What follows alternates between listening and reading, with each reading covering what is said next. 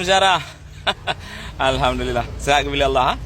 Bang Timon royo katuk lembak samsat aja udara. Nak urus pajak kendaraan. Bang Timon kan pakai bel, walaupun tinggal Bang Timon di Medan tapi pakai bel. Pak samsat aja udara, ya. Karena dari tanggal 2 Januari sampai 28 Februari pemutihan pajak kendaraan. Bagi orang drone yang mati pajak kendaraan yang kamu tonton segera ya urus. Ya, untuk informasi lebih lengkap langsung datanya dalam. Jadi bet timbang liur enggak? Bet kado yu agak tapi. Jak gerak timbang timbang langsung jak gerak ju. Ini kala. Ada yang gerak tu.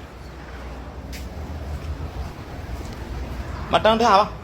Matang dah. Alhamdulillah. Bang, ku nak urus pajak. Langsung dalam. Langsung dalam. Nyo. Tak. Ramah tak urus. Alhamdulillah. Buka lah pintu. Alhamdulillah. Nyo langsung ada yang banyak. Langsung banyak informasi. Katanya informasi. Assalamualaikum Kak. Waalaikumsalam. Ku nak urus pajak. Boleh Pak duduk dulu. Katanya bakaknya lewat cut. Kak, elo ku nak urus pajak kendaraan. Jadi yang kamu dek, gimana jalan? Bawa perlengkapan STNK, Eh. pajaknya, terus KTP sesuai nama pajaknya. Nanti kita bantuin di sini sama petugasnya. Oh, siap. Jadi langsung Mbak Loket 1 nanti diurus pendaftarannya. Mbak loket sam. Nyempak loket sam. Langsung.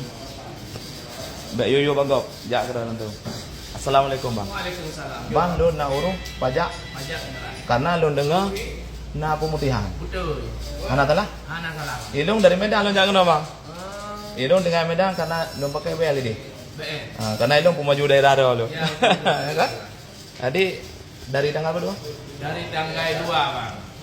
Nepekah aku Bang, nak dengar di siaran lu. Ya, dari tanggal 2 mulai pemutihan sampai tanggal 28. Oh, kan. Nan dengar kan? Jadi loket saya no untuk Pendaftaran pun ya, Bang. pendaftaran pun. Mantap kan? Pegawai ramah. Luar biasa. Berarti linknya nonton dayak kan? Ya gitu. Yo aku belum mah kah? Pegawai sampai cedera nek ki ramah orang. Itu luar biasa memang. Hana dua kena nejak baik ya. Kaya hana mangan ukan tote kapreh salah. Tanya bicara mana cik bangai tu ke cuma ni no. Assalamualaikum Sarah. Bang. Yo. Lu nak urus pajak. Lu dengar nak pemutihan. Ya, itu. Ada kan? Jadi dia orang kadang matang ke fikir omahnya salah. Ya. Amban, nyo betul. Jadi baik di mangsa elok nak jalan tu juga. Ya. Nan dengar. Ni hello. Nyo dengan pegawai pedum ke wan itu tu. Dia kepala. Assalamualaikum Pak. Negala. Alhamdulillah, terima kasih Allah, benar rezeki banyak mulia Allah. Negala, kemangan. Pegawai ini. Assalamualaikum Pak. Kasir? Ini. Yang mau abang Aceh. Menggetah dulu. Hah? Negala nyo nak kepala. Nya.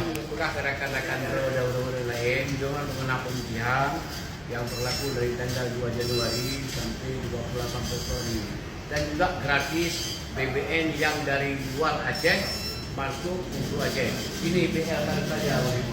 Oh. BL kan saja. Ya, terus informasikan juga ya. Assalamualaikum warahmatullahi wabarakatuh. Waalaikumsalam.